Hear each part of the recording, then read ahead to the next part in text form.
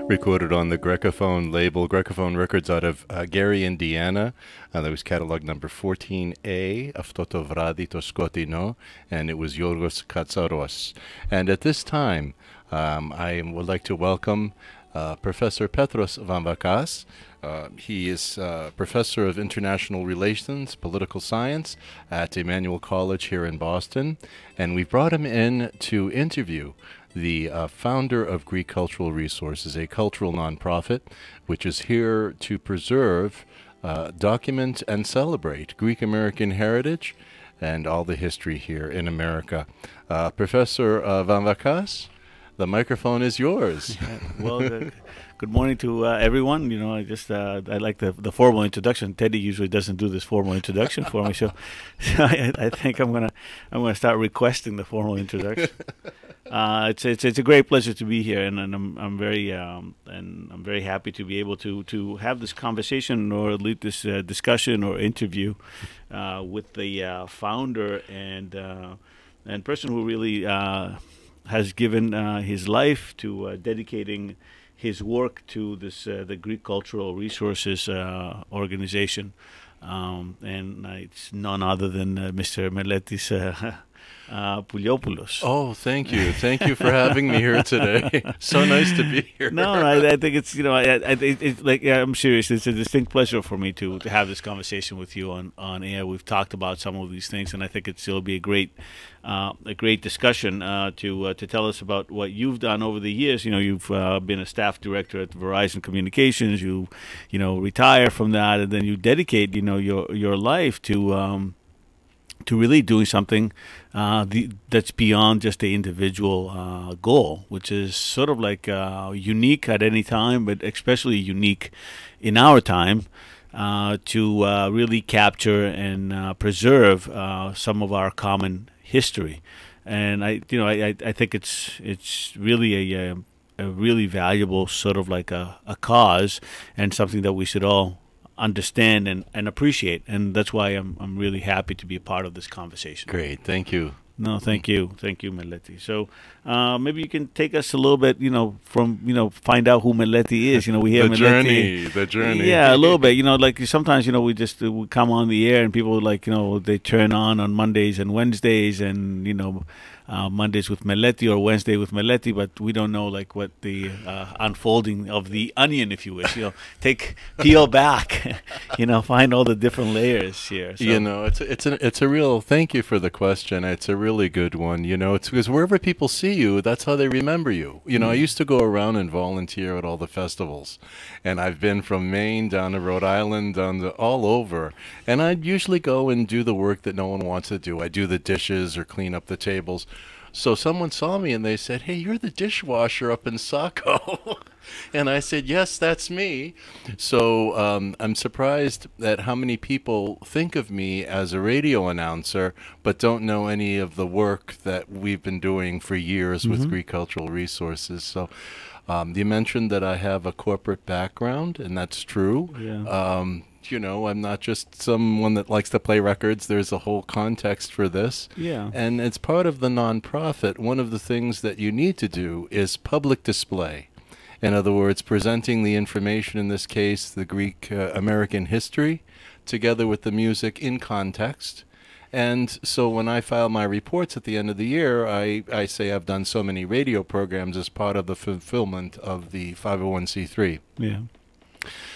But the question that comes up often is, why? Why do it? Yeah. Well, it's again, thinking back to when I left for college, and I was living at the time in Dover, New Hampshire. So yeah, I think it's a good. So tell us about you. Where were you born? What that is like. Yeah. Where are you? Where will we find Meleti and at what time? You know something? I was born at a great time. Let me tell you, Petro, because it's a time I thought would never end, and yet it did end. And when I say it never ended, it was actually, I think, the same time, at least when I was growing up, that you were coming to America.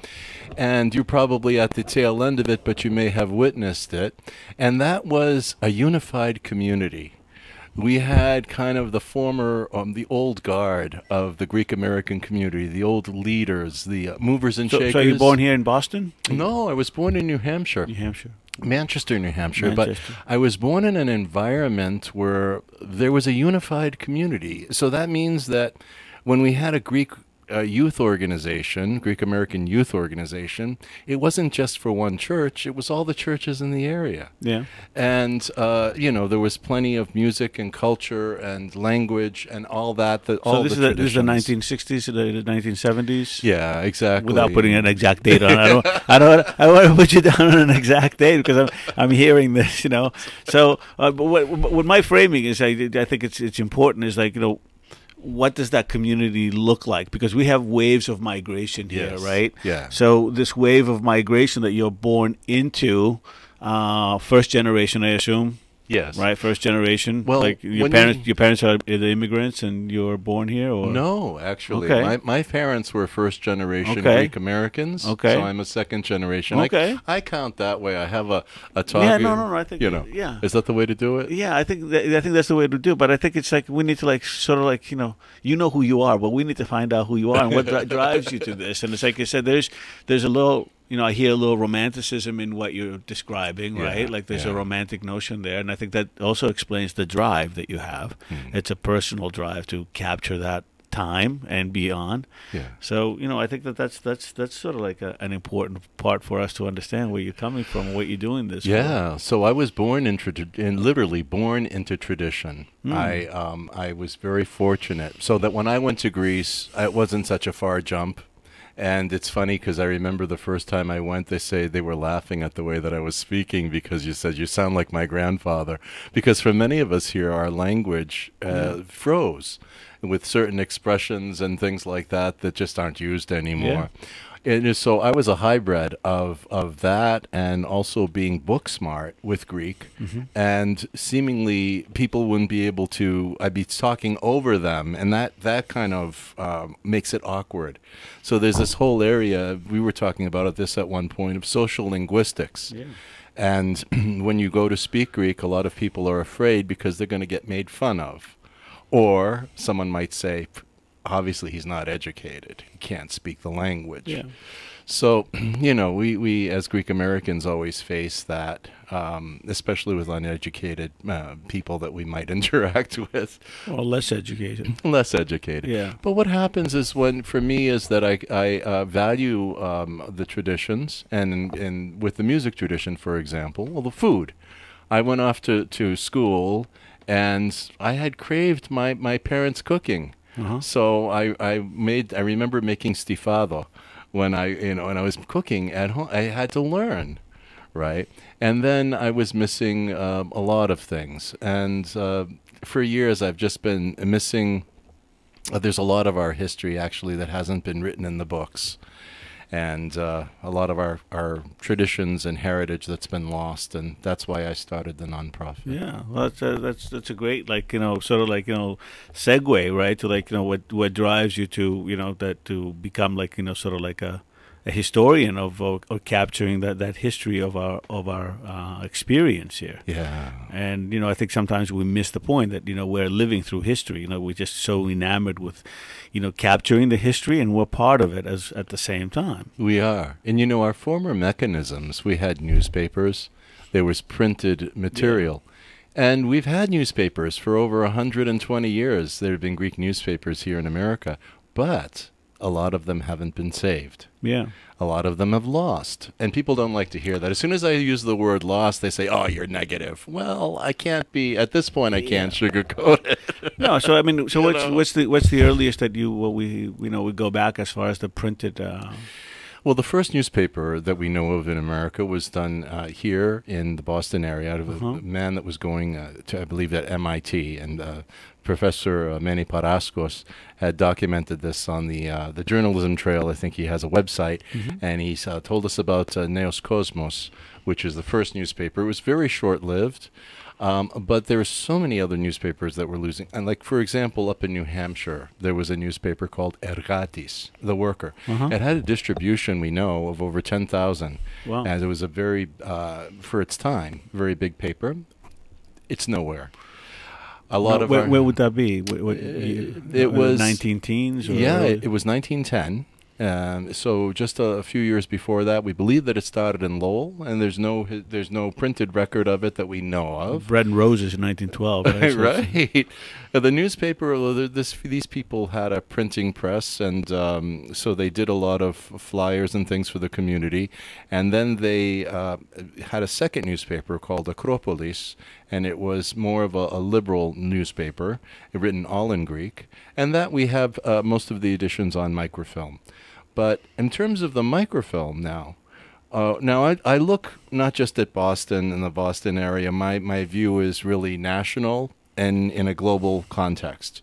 So I think of how important this is. We have microfilm of newspapers from California. Well, there is microfilm that exists. It doesn't exist on the East Coast. It doesn't exist at any of our colleges. It doesn't exist because the technology was not here? We haven't captured that. We haven't made a copy of it. It's that simple. Okay. And same thing with the Chicago Star. In Chicago, there was a newspaper. I believe that's even been digitized. Is that a Greek newspaper as well? Yeah, it was. And so we have a lot of our newspapers either that weren't distributed, even in later years, the last 30, 40 years when they were doing microfilming and things like that, because they weren't studying, Greek American history. And that's a problem, because really when you think of it, Greek Americans have been here 140 years. They've been good citizens. They've done good things. They've contributed to society. We're part of the American fabric, but yet we have failed to write that history in. So you put a microphone in front of someone and says, why are you proud to be a Greek American? I have a lot of footage of this, by the way, interviews with people here in America. And, affluent, prominent people and heads of societies and things like that saying, well, we have Socrates and Plato. Well, we do have that, yes. But what about the history here? What about what people have accomplished? Yeah. So we have an obligation, I think, to our future generations to preserve our history. And music was one of the traditions that I started on, because we've lost our very first recordings. Oh, there he goes again. He's negative. No, I wouldn't say that. I mean, I think part of the conversation this morning, I think, is like sort of like what then, because if somebody who's negative, it just like negates everything. And to me, like the fact that you've really captured and you worked at this for the time that you have is anything but negative. So okay, so what starts you off? I mean, when do you start like beginning the collection or becoming like a historian of the Greek American experience around you? Very good. So I, as a very young person, I was the guy that always had the record, the recording device. Back then, it was a little reel-to-reel deck, and then I progressed to 8-tracks and cassettes. But I was always recording things in my environment. Sometimes it was a party. Sometimes it was my uncles and aunts singing in the house. These are now as field recordings, and they have survived. And my father had collected music, and so I was always the guy that used to hang back and talk to the old people. And after a while, I decided I've got to really record them and document that. So it's a really continuum. It started very young. Greek Cultural Resources as a concept, as a nonprofit. First of all, I had a decision to make very, very early on.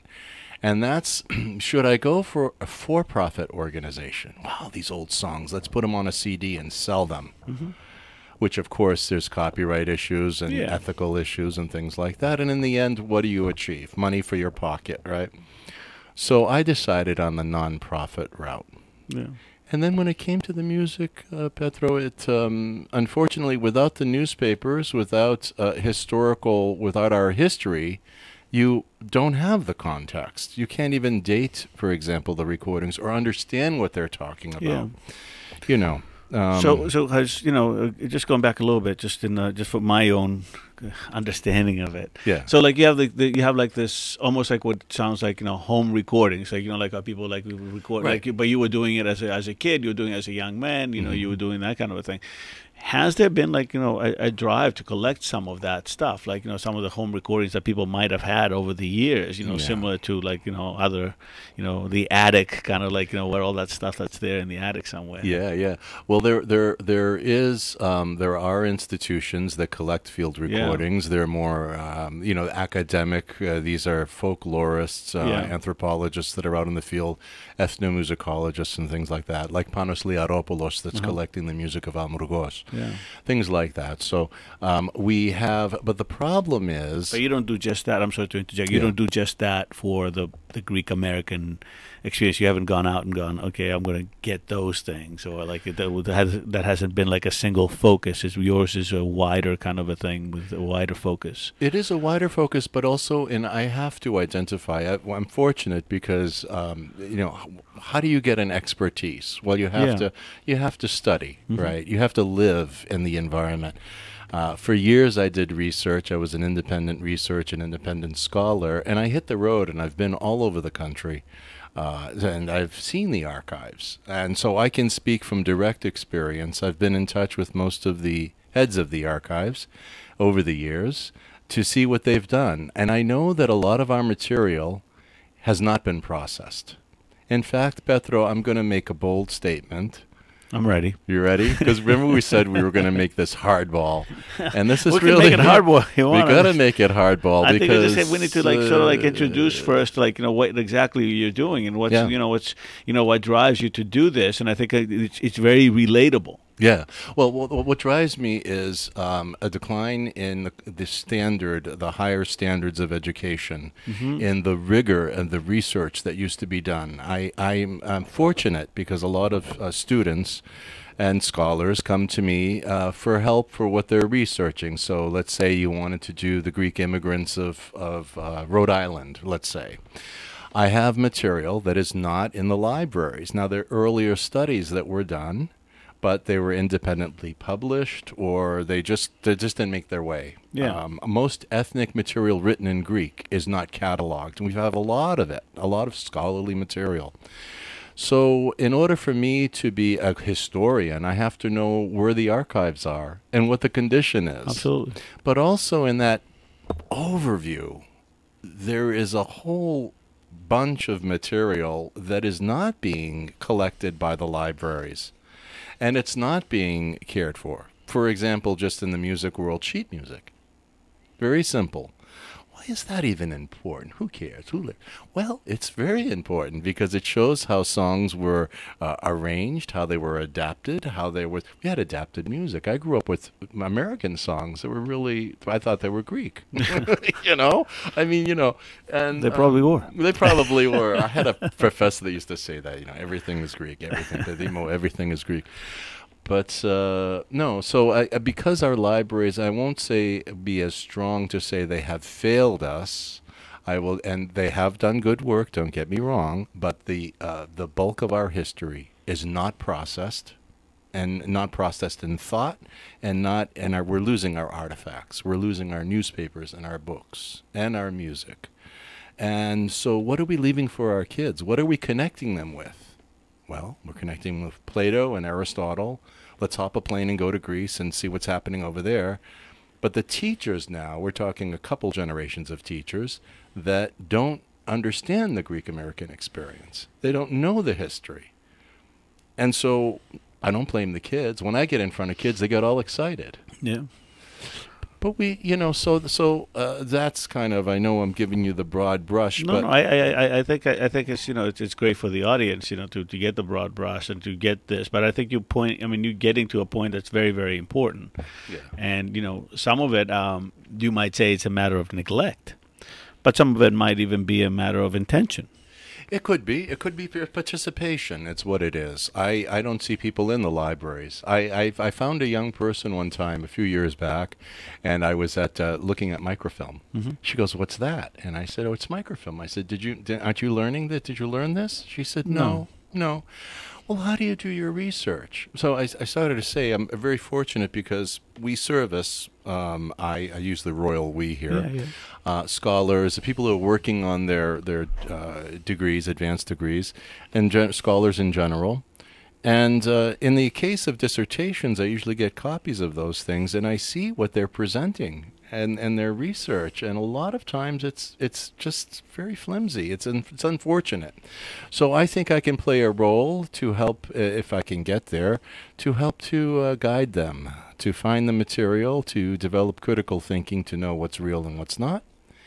To play a bigger role, because I think you already play a role, right? You mentioned it, and I want to just go back on that royal we idea. The royal we. Because yes, like sometimes you say the royal we, and maybe people out there getting an image that you have like a staff of 200 working on this material, and you have this organization that's like and I think part of this conversation is to give people like this royal we is Meleti, right, and his a lot of drive and his commitment to all of this, and part of this is to get more of people to come in and staff that we. Well, exactly. I do use the we. I do give credit to people for their work, especially scholarly work.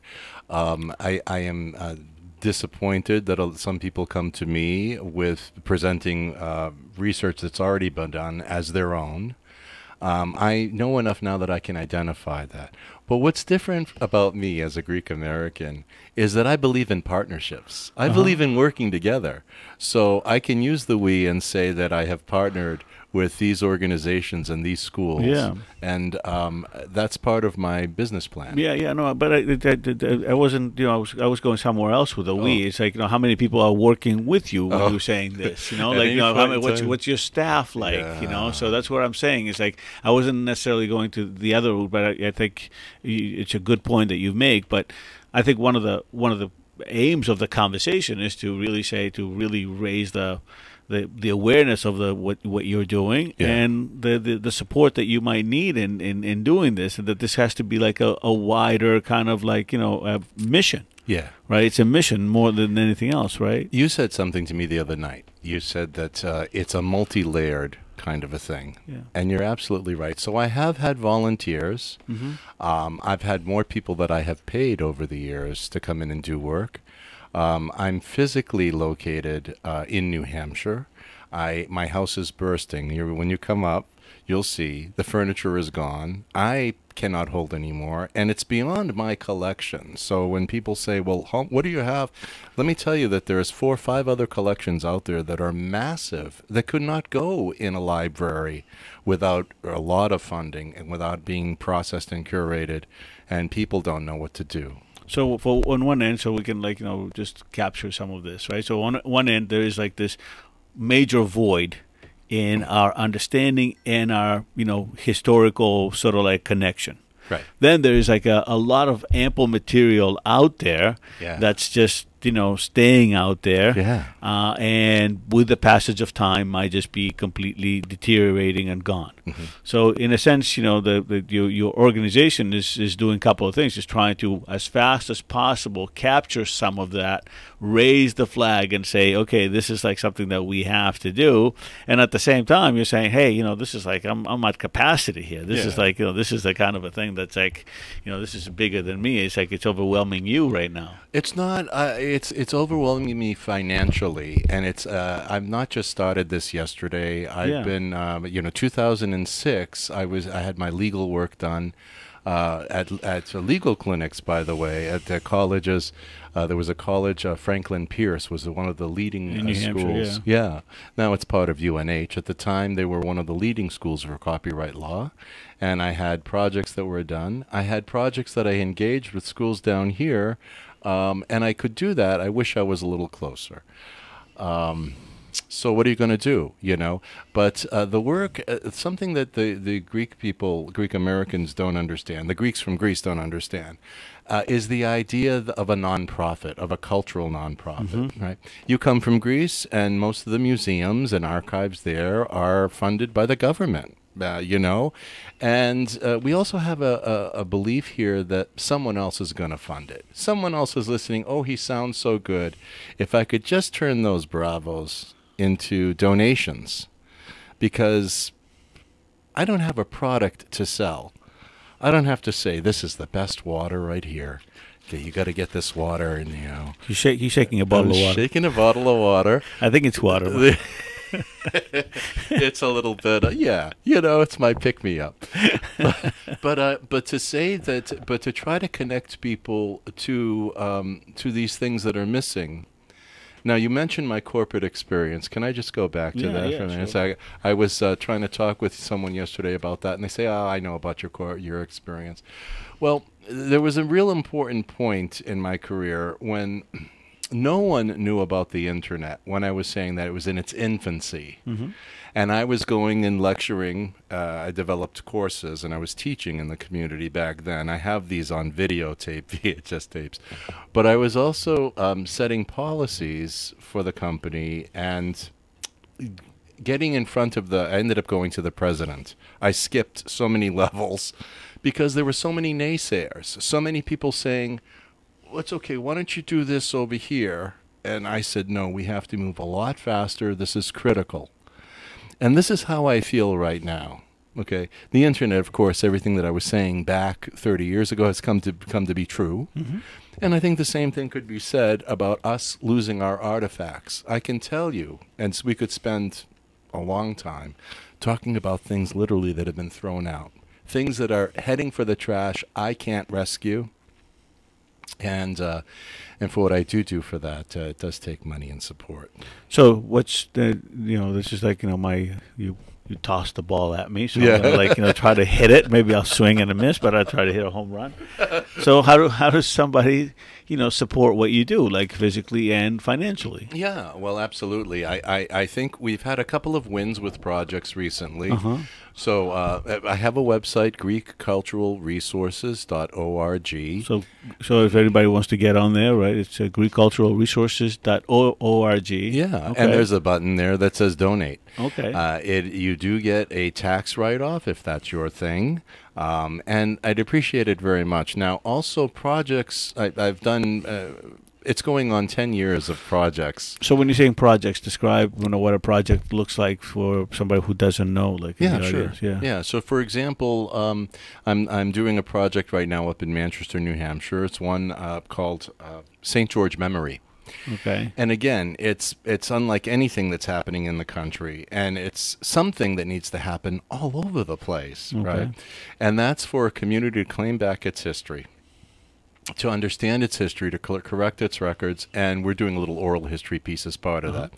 Okay, so I had gone and given a talk in Manchester, but before that, I had done a lot of research in what started out as a library there, and I just pitched the idea to to Phil Liakos, who was on the board at the time, and said, "Hey, Phil, what do you think about doing a history project here, revitalizing the library and setting the history straight, and doing some oral history and getting everyone engaged? I think everyone could get around it."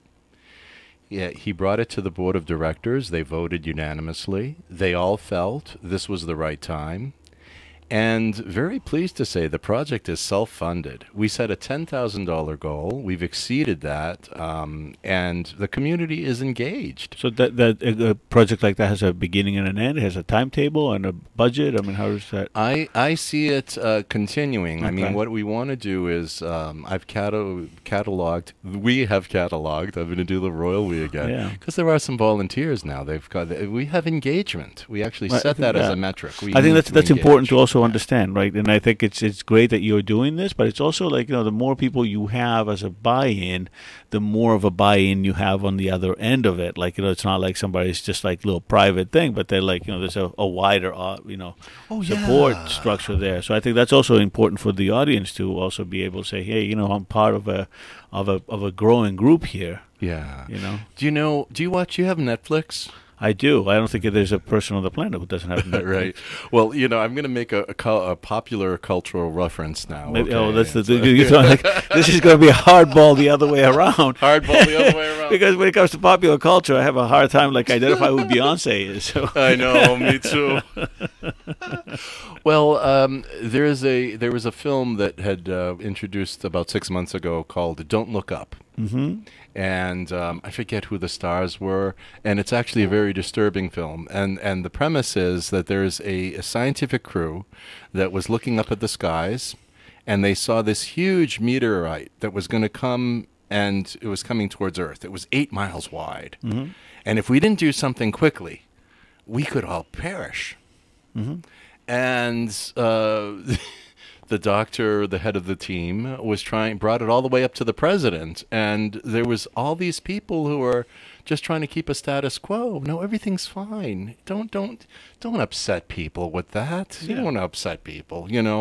Everything's just fine. And I'm thinking, there's a certain group of people that want to keep the status quo.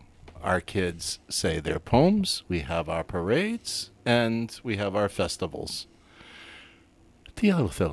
Well, I mean, let's think about it, right? Yeah, I think okay. This is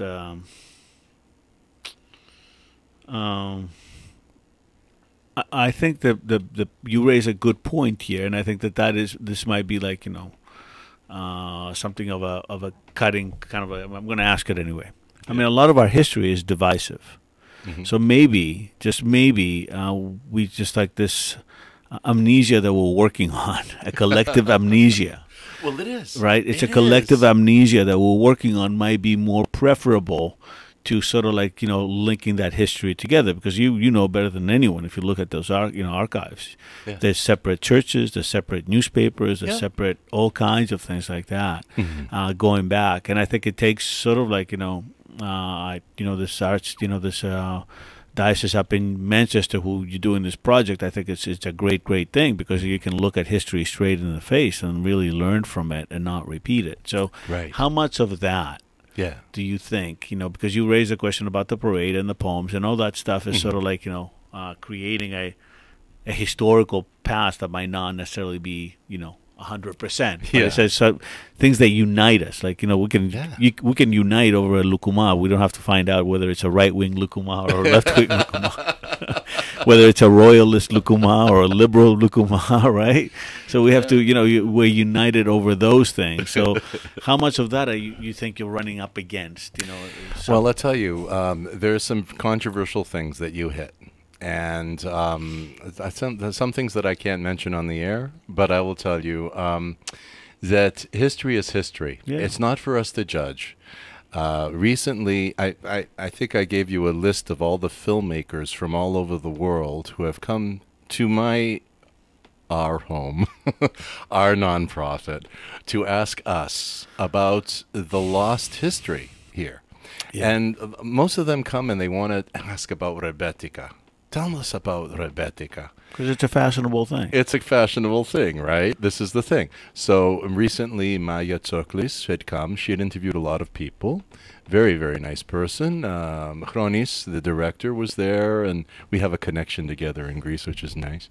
But we did our pre-call before they came, and they said, we really want to know about Rebetika. And I said, it's a really small piece of the picture. I said, do you want to tell stories that haven't been told? Do you want to see a lost history? Yes. When they came in, you'll see when you come to I have work tables all over my house. What used to be a dining room, there's a thing. We could do a road trip. I could bring the whole audience up. Bring everyone come through open house. My house, there's a structural problem now. It's going to fall off the hill, literally. You'll see the cracks in the foundation and everything. But what I did was, instead of starting with music, which I could talk for days about, I laid out the newspapers, and I just didn't lay out the ones that I like. I mean, I laid out, because I do like the conservative ones, I laid out Atlantis and Ethnikos Kyriks that are not in the National Library of Greece. They're not in the New York Public Library. No, they're not there. They're in my home. And this is a scary thing. First of all, when you see my house, it's a scary thing. No, I think I appreciate what I think I'm surprised that they're not part of the national record. Right. And you and I will have a conversation offline sometime at how I really tried to reach the people that to institutionalize these particular issues. There's a lot of lost newspapers. And then I laid out books that were just beautiful, that illustrate our history. Things like the old Greek American guides. Some of them are in the libraries, and a lot of them aren't. They were fascinated with that. That's what they spent. They spent the whole time looking at that kind of material, and then they wanted to come back and do some music. Okay, that's fine. But this is what we're talking about. So, I think that we just listening to you to talk about this, even like we've talked about this off air, and I think I think that's part of our conversation today is the fact that I think it's a great thing that you're doing and a great mission that's worthwhile, and I think the more people get engaged, the better it will be. So I think that the real task now is to really do get people engaged and get people out to support this in different ways, and primarily financially, because I think one of the things that what it sounds like to me, and somebody who's done some archival research as far as the work that I do, know how valuable it is, how important it is overall, not just from an academic perspective, but from a perspective of identity building. And I couldn't agree with you more as far as your assessment of the parade and all the festivals, and I think those are great things. I don't want anybody poisoning my lukumat next time I'm there. But I think our kids have. Yeah, but I think there's a deeper sense to it, and I think it would help us greatly in our own understanding of our own family trek, and also our own trek as a people moving forward. And I think this American piece is a very important piece. Well, right? It's huge. It's so important, and I'd like to talk a little bit more about funding, because we have projects that are in motion. I think There's something called lights on funding. There's operational funding. About 20% of my time, our time, is spent either in administrative or in answering and responding to inquiries and in fulfilling requests. About 20% of the time, I'm picking up collections. I'm getting collections now from all over the country, from the West Coast, from other nonprofits, the Chicago Hellenic Museum, referring people to me for things that they have that may be more related to what I'm collecting. So are you collecting from across the country, or in New England, or? I get shipments from all over the country, and it's I cannot afford to rescue everything that's out there. I ask people if they can handle shipments. And also, I rescue, let me just tell you something real interesting, because I think there's a fellow who might be listening to the program, and he had a friend that was a librarian who had a friend that was a librarian who said they had a collection of modern Greek books written in the Greek language. And they were beautiful books, Petro. I picked up over 14 boxes of books. 14 boxes of books. Yeah, and they were, I went to rescue them because they were heading to the sidewalk. They were signed editions, first editions. This was an author's collection. She was born in Greece, and she went back with her husband in her later 80s, and she left her books, her whole collection. And I had to find an institution to give that to. I mean, I would have loved to keep it personally. Again, putting on my let's make money. I could have sold these things, I'm sure. But, they needed to go somewhere. And so there's a lot of these kinds of things where I'm moving material out. We have coming up at the top of the hour, it's the news report with Nicoletta.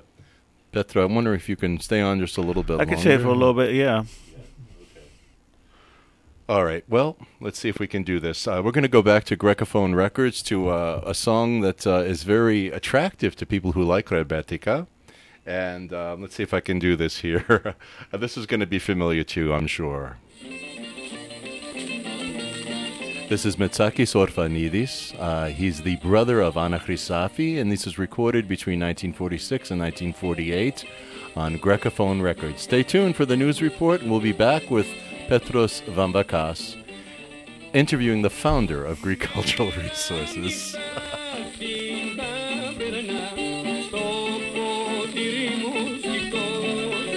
Από την ελληνική ήχο είναι μια προσφορά από τους αγγελιοδότες της ελληνικής ηχούς και τα μέλη του Grecian Ecos Nation.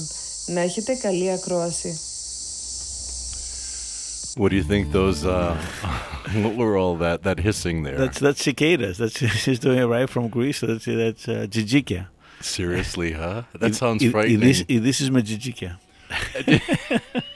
Do they just come out like every 10 years? Is that what happens? No, in Greece they're always around. Here they say they come out like every 7 years. They come from the earth, that kind of thing. In Greece in the summer it's always around. Really? And they're it's everywhere. Like if you're like a little bit outside of Athens, you can have your windows closed. If you have like your balcony door open and you're doing a recording like this somewhere, you can hear them. It's nice. It's really nice.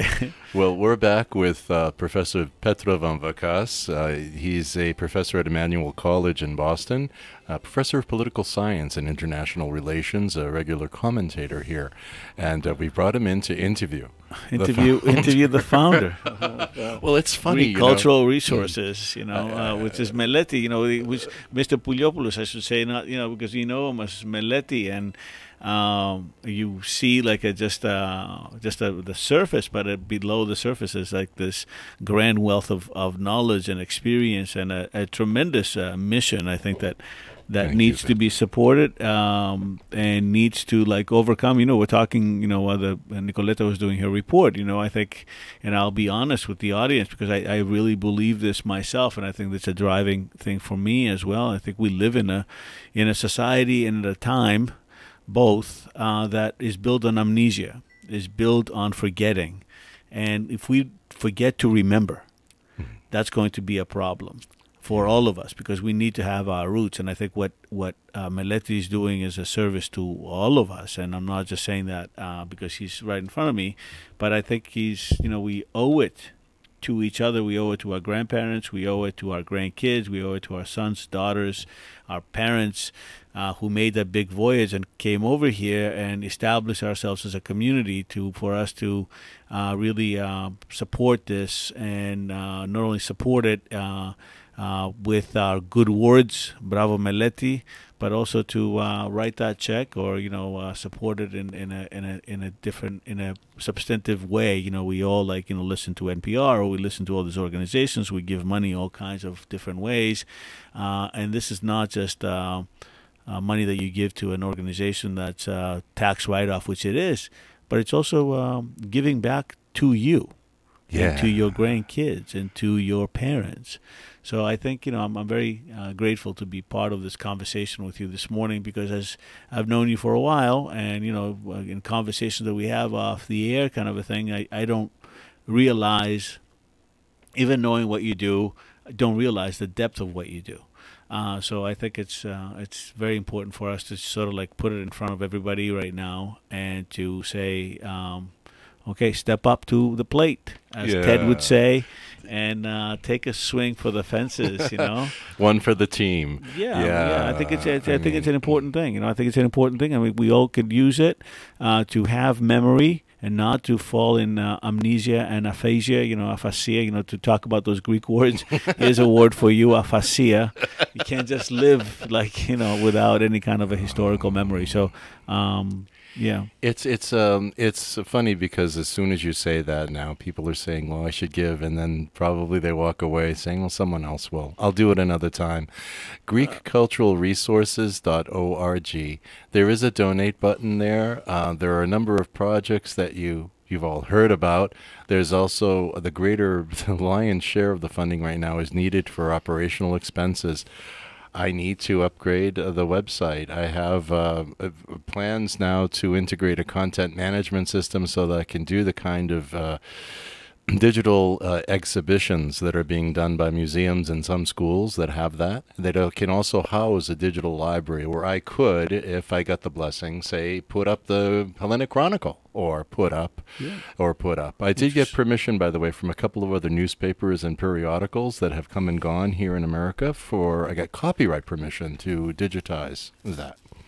So that alone is $15,000 to upgrade the website, let alone pay for the platform to support it. Just that one thing. Yeah, but that one thing that you just mentioned, one thing. I mean, to somebody like myself, who's like I said, a researcher. Yeah. You're salivating over the fact that you can just get up and just press a button and be able to capture a lot of this information that's digitized, and it's facilitates all kinds of information. There are a lot of younger generation, who really go to high school or elementary school, who find out about all these other cultures, and they come back home and they say, "Mom, Dad, Papu, Yaya, what we do there?" And it's important for them to see themselves in that American fabric. Yes. Right? So I think it's very, very important to be able to collect it, catalog it, clean it up, digitize it, make it accessible. That in itself is an entire process that needs a lot of support to move it forward. And it's something that becomes to your hands then. You're just you're doing it. So. Oh, thank you. GreekCulturalResources.org. Please, if you can, make a donation to keep it going. We do service other organizations, so we service other scholars. Most recently, Father Bartholomew Mercado, who is the head of the Archdiocese Archives, director of the archives there. It's one of those things where sometimes it's I scratch your back, you scratch my back. Yeah, but and I think that the other thing is we should say it in Greek as well. There are a lot of people out there who Greek is it's a primary language, and it should be. And I'm a believer of that. That we can't lose the language. Θα το πω λίγο στα ελληνικά. Η προσπάθεια του μελέτη και αυτό που συζητάμε εδώ και μία ώρα περίπου είναι τεράστια. Αυτό που έχει βάλει μπροστά του σε προσωπικό επίπεδο και αυτό που προσπαθεί να κάνει σε συλλογικό επίπεδο είναι κάτι το οποίο όλοι μας θα πρέπει να προωθήσουμε και να βοηθήσουμε, να το σπρώξουμε προς τα μπρος και ψυχικά αλλά και οικονομικά. Δηλαδή από εκεί και από το επίπεδο του μπράβο μελέτη πρέπει να πάμε και στο επόμενο επίπεδο, να βοηθήσουμε αυτή την προσπάθεια. Είναι μια τεράστια προσπάθεια και θα μας βοηθήσει όλους να ξεπεράσουμε στον κόσμο στον οποίο βρισκόμαστε σήμερα. Δηλαδή σήμερα βρισκόμαστε σε ένα κόσμο αμνησίας και αφασίας. Και νομίζω ότι όλοι μας, όπου και να βρισκόμαστε, ενώ κάναμε αυτό το τεράστιο οδηπορικό και ήρθαμε σε αυτήν εδώ την πλευρά του πλανήτη, πρέπει να θυμόμαστε από πού ήρθαμε και πού πηγαίνουμε. Και νομίζω είναι σημαντικό και για τα παιδιά μας, για τα εγγόνια μας, για τους παππούδες μας, για τους γονείς μας, να τους υμνήσουμε με αυτό που έκαναν εκείνοι. Και νομίζω ότι όλοι μας το χρωστάμε όχι στο μελέτη, το χρωστάμε στο δικό μας τον εαυτό. Και να κάνουμε αυτό το επόμενο βήμα, αυτή τη χρηματοδότηση και την ψυχική αλλά και τη χρηματική βοήθεια προς αυτό που κάνει ο μελέτης σήμερα. Ευχαριστώ, Petro. Παρακαλώ. You speak with such a fluidity. You have such a natural. I mean, you were born in Greece, but I think language is important. It's very important, and I think what you're doing is important. And I think that the language that all these things are transmitted in are very important, and the idiomatic things that we say are important. We as Greeks, not only here in the U.S., but in Greece itself, we have forgotten our language. We are ashamed of our language in Greece. People can't speak the idiomatic language in Greece. They all speak the Attic dominant idioma. They don't speak the people that came from Crete or Thessaly or Macedonia or Pontus or Cyprus. And I think that's very, very important that we also are very proud of our Greek American language that we have developed over time. Yeah, absolutely. And our music. And I think those are all things that, your work really brings forth. We need to stop sort of celebrating just things that we don't know about, like Plato and Aristotle, you said earlier. We don't know Plato and Aristotle. No. But we talk about them. Yeah. We claim them. Alexander the Great. I wish we knew them. Yeah. Right? And I think you're helping us in that process. It helps to know where you fit in the continuum, to know that you might be either an immigrant yourself or the child of immigrant parents or grandparents, like you said. I mean, we owe this to our heritage to preserve it and not lose our cultural artifacts or think that, well, I don't have any money right now. Well, somehow we can fill these concert halls. People are spending upwards of $150, $200 for tickets and dinner and a show and a little selfie, oppa, and meanwhile things are ending up in the trash. Yeah, I mean, I think it's a little bit of both. I mean, people, to be fair to people, it's a little bit of both.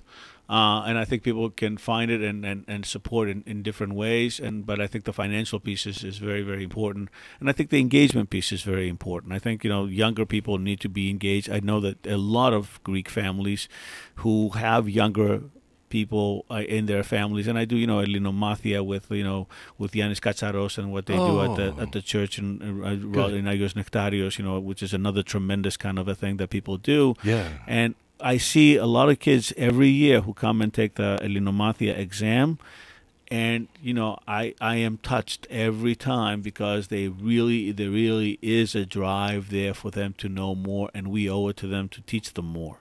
Oh, absolutely. So, anyway, I hope I've helped in the process of you making this more public, and I think you should make it more public, and you should not only pat yourself in the back, but we all owe you a collective thanks, and we can show it by the contributions that we make. Thank you, Petro. I think you should go on NPR. They should have so. you for the fundraisers. You articulate so. I'm one that always have done much better at giving than at asking for money. It's obvious. It's obvious. It's obvious. So anyway, I'm just happy to be a part of this, and hopefully this will work out, and not only listen to some great music, but have it in our fingertips, information for years to come. Excellent. Thank you. Thank you. Thank you to Petros Vamvakas, professor at Emmanuel College in Boston, and for interviewing our guest this morning, Meletios Pouliopoulos, the founder of Greek Cultural Resources, trying to save the Greek-American history and get it written into American history. Thank you, Petro. Thank you. And Mondays with Meleti, that guy, continues here on WNTN, 1550 AM in Cambridge, Needham, and Boston, and streaming at GrecianEchoes.com.